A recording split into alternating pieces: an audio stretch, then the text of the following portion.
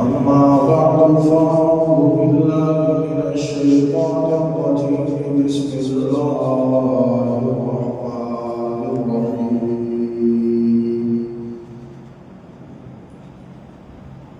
لقد رضي الله عن المؤمنين إذ يبايعونك تحت الشجرة صدق الله مولانا العظيم إن الله وملائكته يصلون على النبي يا أيها الذين آمنوا صلوا عليه وسلموا تسليما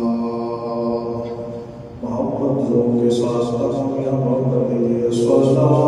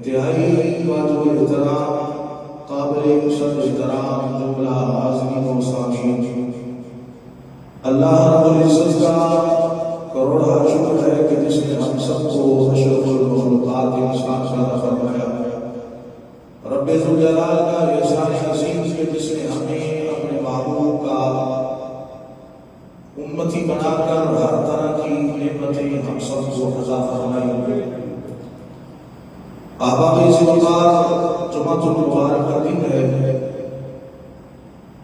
اور آج 19 ذی الحج ہے۔ 18 ذی الحج کو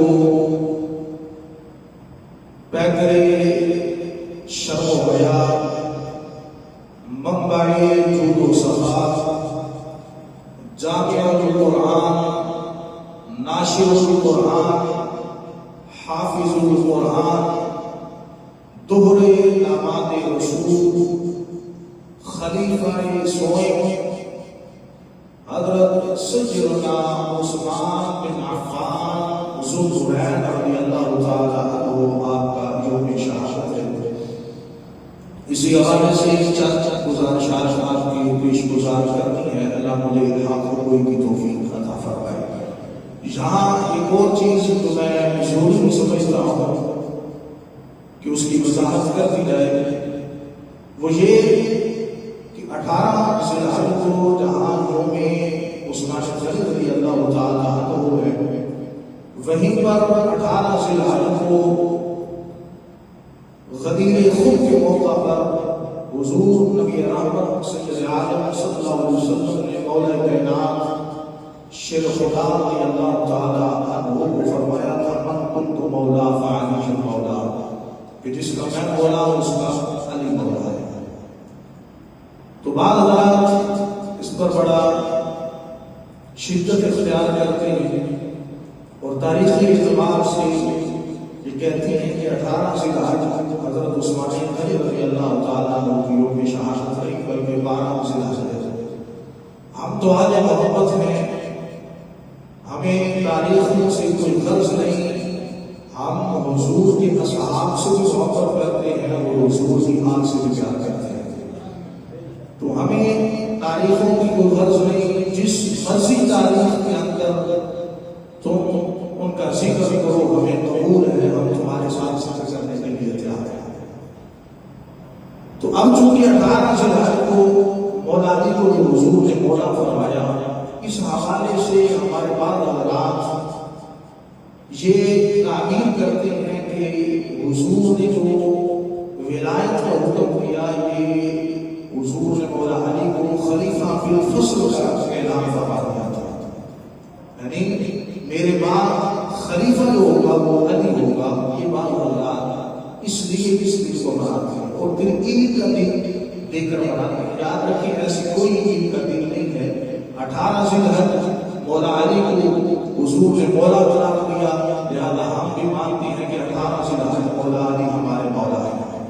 اور یہ وہ شان اور وہ احساس تھا کہ جس کے ملنے پر حضرت سیدنا فاروق اعظم نے کھڑے ہو کر کہا تھا، اے علی مبارک ہو تو ہر ایک مومن اور ہر ایک مومنہ کا قیامت تک مولا بنا گیا ہے۔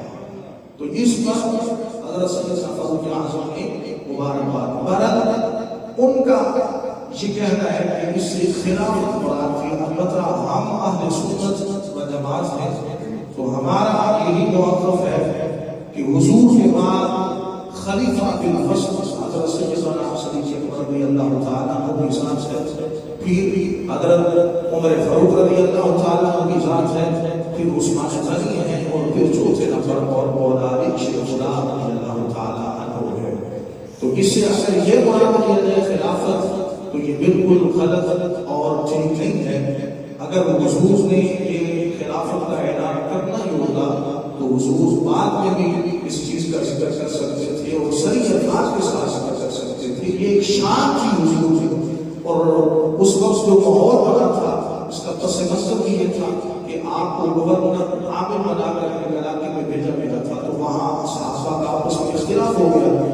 تو بعض صحابہ نے کہا کہ مولا علی نے ٹھیک نہیں فرمایا، تقسیم ٹھیک نہیں کی۔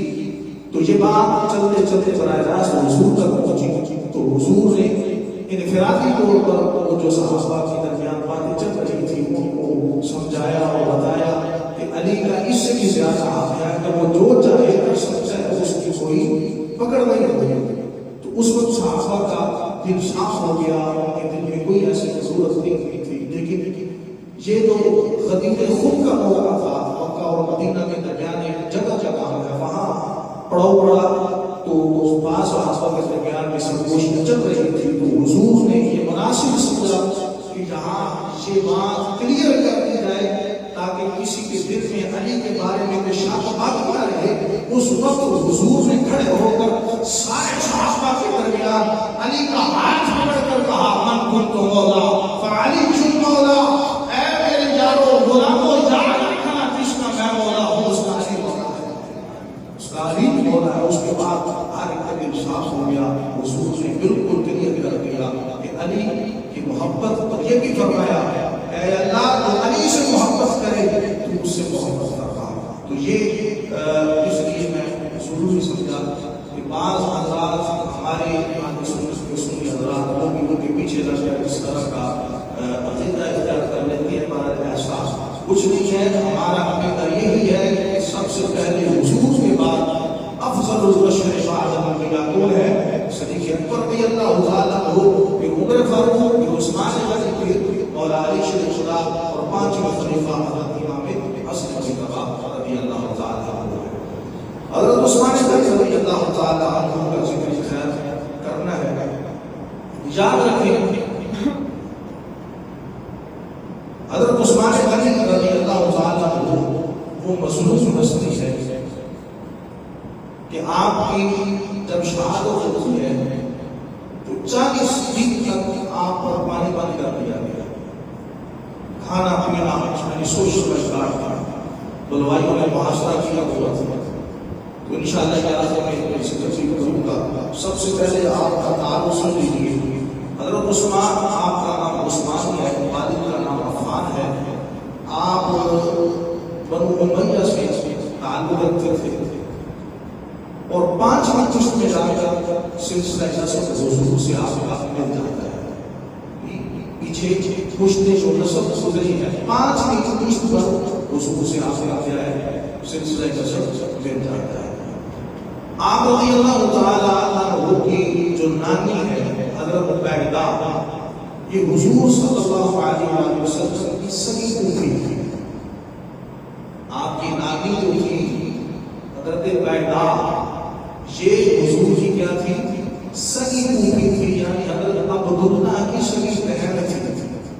حضرت عبداللہ کی سگی بہن تھی جو حضور حضرت عثمان غنی رضی اللہ تعالیٰ عنہ کی کیا تھی؟ نانی تھی۔ اور حضور صلی اللہ علیہ وآلہ وسلم اور حضرت عثمان غنی رضی اللہ تعالیٰ عنہ کی عمر میں 6 سال کا فرق ہے، یعنی حضرت عثمان غنی رضی اللہ تعالیٰ عنہ حضور کے 6 سال کے بعد کیا ہوئے؟ پیدا ہوئے۔ آپ کا پاکیزہ جو بچپن تھا وہ پاکیزہ گزرا۔ آپ خود فرماتی ہیں کہ میں نے بچپن سے لے کر اسلام قبول کرنے کا، اور اسلام قبول کرنے کے بعد نہ کبھی زنا کیا، نہ شراب پی، نہ کوئی غلط کام کیا، بلکہ اللہ نے مجھے ہر برے کام سے محفوظ رکھا ہوا تھا۔ یہ حضرت عثمان غنی رضی اللہ تعالیٰ عنہ کی شان ہے۔ آپ رضی اللہ تعالیٰ عنہ جب اسلام قبول کیا اس وقت آپ کی عمر 34 سال تھی، کتنی سی؟ 34 سال۔ اور یہ بھی یاد رکھیں آپ نے اسلام قبول حضرت سیدنا صدیق اکبر رضی اللہ تعالیٰ عنہ کے کہنے پر کیا، کیونکہ حضرت عثمان بھی تاجر تھے، حضرت صدیق اکبر بھی تاجر تھے، تو تجارت کی وجہ سے آپس میں گہرے تعلقات تھے۔ تو جب صدیق اکبر نے سب سے پہلے اسلام قبول کیا تو اس کے بعد دعوت تبلیغ شروع کر دی، لوگوں کو جان کر اسلام کی دعوت دیا کرتے تھے۔ تو انہی میں حضرت سیدنا عثمان رضی اللہ تعالیٰ عنہ کو بھی آپ نے دعوت دی، تو آپ نے صدیق اکبر کی دعوت کو قبول فرمایا اور حضور کی خدمت میں آ کر اسلام کو قبول فرمایا۔ اور جب آپ نے اسلام قبول فرمایا اس وقت چوتھے فرد تھے آپ، یعنی چوتھے نمبر پر اسلام قبول کرنے والے سیدنا عثمان رضی اللہ تعالیٰ، یعنی ابتدا کے اندر یہ وہ لمحات اور وہ ایام تھے جن ایام کے اندر اسلام قبول کرنا بڑا کٹھن تھا، مشکل تھا۔ کفار مکہ ظلم کرتے تھے، سیاستیں کرتے تھے، اور پھر آپ کے چچا جو تھے انہوں نے آپ پر بڑا ظلم کیا، آپ پر بڑا جبر کیا، لیکن آپ سچے دل سے اسلام قبول کر چکے تھے۔ تو آپ نے فرمایا آپ جان جاتے ہیں تو چلی جائے، لیکن محمد رسول اللہ کو دیا ہوا ہاتھ نہیں چھوڑ سکتے۔ تو آپ نے اس طرح ثابت قدمی کے ساتھ اسلام کو قبول فرمایا اور اسی پر ثابت قدم رہے۔ آپ رضی اللہ تعالیٰ عنہ کا ایک نقل ہے سورہ شکر ہے دو نور والا. اور یہ بھی یاد رکھیں کہ لقب کائنات کے اندر صرف اور صرف حضرت عثمان غنی کے حصے میں آیا ہے. آدم علیہ السلام سے لے کر حضور تک کسی بھی نبی میں کسی بھی امتی کے اندر کسی بھی امتی کو یہ لقب حاصل نہیں ہوا جو لقب جو اعزاز اللہ نے حضرت عثمان غنی رضی اللہ تعالیٰ عنہ وہ اعزاز کیا تھا؟ وہ اعزاز یہ ہے کہ اللہ کے محبوب اللہ کے نبی کی دو بیٹیاں جن کے بعد حضرت عثمان غنی نے کہا گیا. اور یہ اعزاز صرف عثمان غنی کے حصے میں آیا. آدم سے لے کر حضور تک کسی بھی نبی کے امتی کو یہ شان نہیں حاصل ہوگی کہ اس نبی کی دو بیٹیاں کسی امتی کے نکاح میں آئی ہوں. کہ صرف حضرت عثمان غنی کو اللہ نے شان عطا فرمائی کہ آپ کے نکاح میں اللہ نے دو حضور کی بیٹیاں عطا فرمائی. آپ رضی اللہ تعالیٰ کو اس لیے سلطنت کہا جاتا ہے دو نور والا. یعنی حضور خود نور ہے تو نور کی بیٹیاں نور ہوئی. اس لیے میرے اعلیٰ حضرت نے فرمایا تھا تیری نسل پاک میں بچہ بچہ ہے نور کا تو ہے عین نور تیرا سب زمانہ نور کا. یعنی حضور کا ساتھ زمانہ ہی نور کا ہے. تو لہذا آپ کو جو ہے دو نور والا کہا جاتا ہے. آپ کا پہلا نکاح آپ کی نفت جگر حضرت رقیہ رضی اللہ تعالیٰ عنہ سے ہوا. ان کا وصال ہوا. وصال ہونے کے بعد آپ نے اپنی دوسری صاحبزادی حضرت ام کلثوم رضی اللہ تعالیٰ عنہ کا نکاح بھی حضرت عثمان سے کروا دیا. اور یہ نکاح کرنے کے بعد حضور نے فرمایا ہے عثمان میں نے اپنی بیٹی ام کلثوم کا نکاح جو تم سے فرمایا ہے یہ اللہ نے خود فرمایا ہے. اللہ کی طرف سے جبریل حکم لے کر آیا ہے کہ اے اللہ کے سونے حبیب اللہ کا یہ حکم ہے کہ آپ اپنی بیٹی ام کلثوم کو بھی حضرت محمد سیدنا صدیق اپنا عثمان غنی رضی اللہ تعالیٰ عنہ کے نکاح میں دے دے. تو یہ اللہ کا حکم تھا جو اللہ کے نبی صلی اللہ علیہ وسلم نے پورا کیا. تو یہ اعزاز ذوالقرنین کا حضرت عثمان غنی رضی اللہ تعالیٰ عنہ کے حصے میں آیا. اسی طرح آپ کو ایک لقب ہے ذوالہجرۃ ہے دو ہجرتوں والے. تو آپ کا یہ بھی اعزاز ہے کہ آپ نے اپنی بیٹی اپنا بیگم بیوی بنت رسول حضرت رقیہ رضی اللہ تعالیٰ عنہ کے ساتھ حضور کے حکم پر سب سے پہلے ہجرت فرمائی حبشہ کی طرف. اور دوسری ہجرت آپ نے مدینہ کی طرف فرمائی. اس لیے آپ کو ذوالہجرتین کہا جاتا ہے دو ہجرتوں والا. اسی طرح آپ کاتب وحی بھی ہیں. اللہ نے کہ نبی نے آپ کی اعزاز میں فرمایا ہے کہ آپ حضور کی طرف جو وحی نازل ہوتی تھی ان وحیوں کو لکھنے والے بھی آپ تھے. اس لیے آپ کو کاتب وحی کہا ہے. کہ سب سے نمایاں جو آپ کا وصف تھا وہ شرم و حیا والا تھا. آپ کے اندر شرم و حیا اس قدر کوٹ کوٹ کے بھری ہوئی تھی. آپ خود ارشاد فرماتے ہیں کہ جس ہاتھ سے میں نے اسلام قبول فرمایا جو ہاتھ میں نے سرکار کے ہاتھ میں دیا تھا ہاتھ میں دینے کے بعد ساری زندگی اس ہاتھ سے میں اپنے شرمگاہ کو ہاتھ میں لگایا.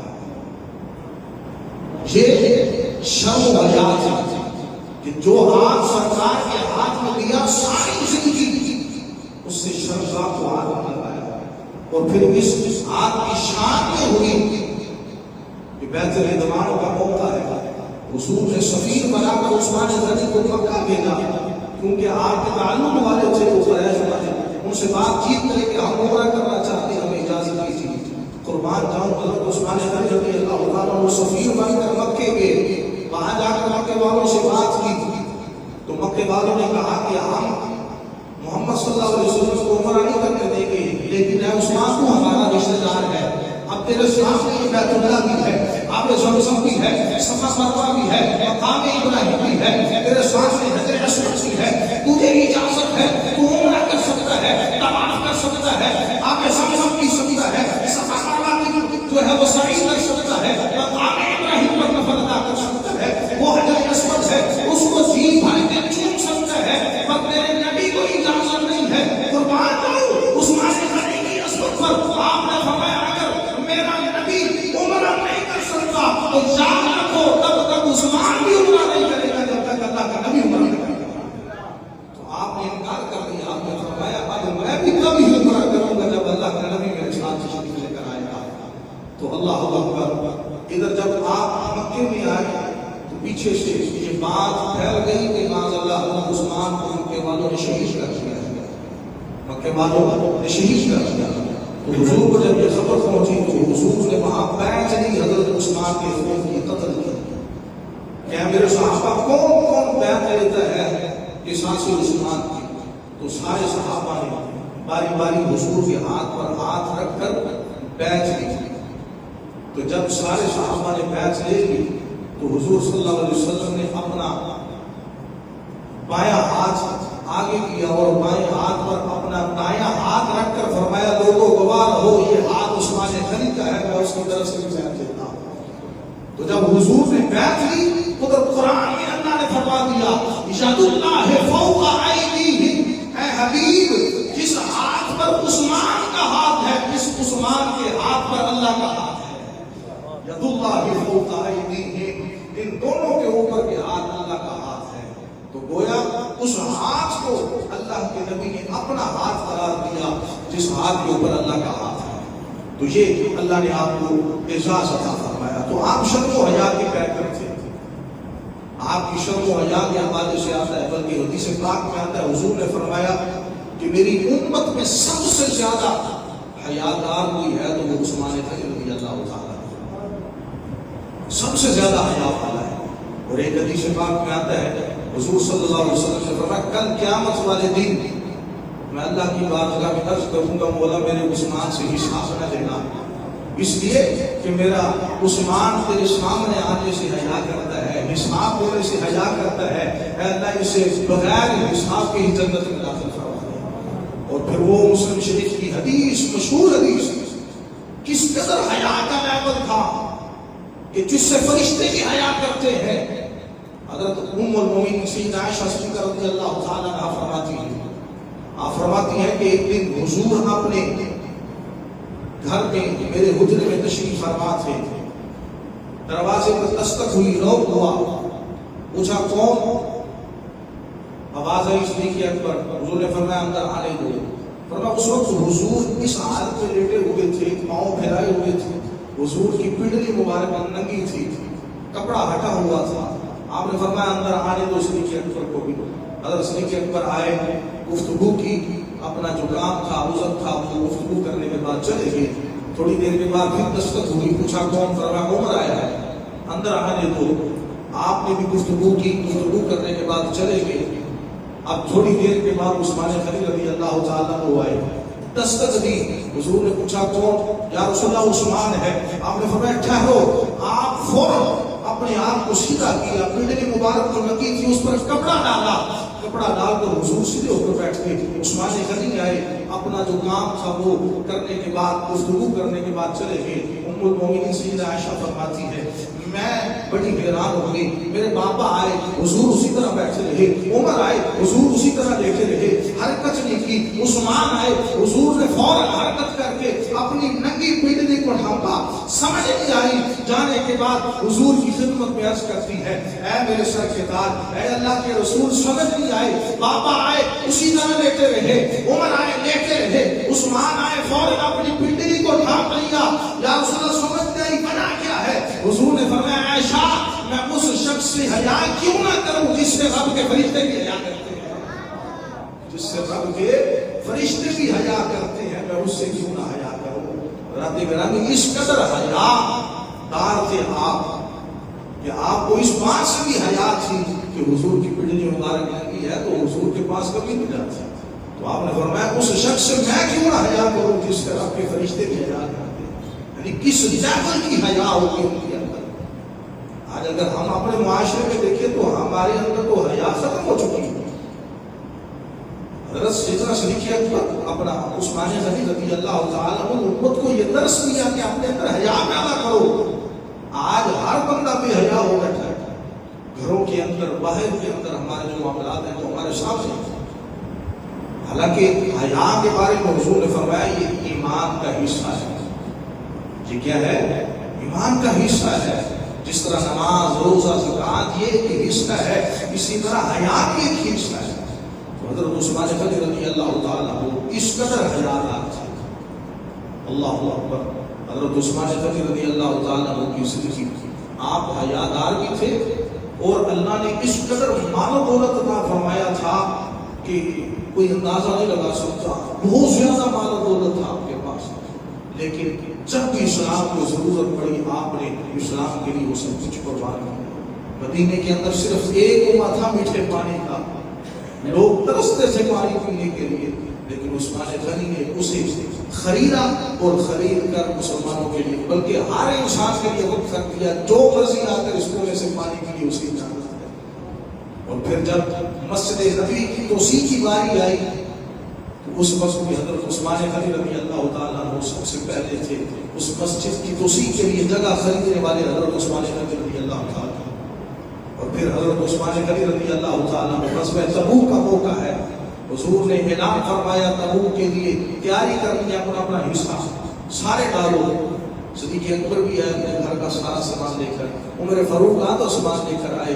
لیکن اس وقت جو حضرت عثمان غنی رضی اللہ تعالیٰ عنہ نے حضور کی خدمت میں اپنا تعاون پیش کیا، وہ تعاون بھی کوئی کم نہیں تھا. 1000 اشرفینہ اور 1000 اونٹ، 70 گھوڑے، ماں ساز و سامان اللہ کے نبی کی بارگاہ میں پیش فرمایا.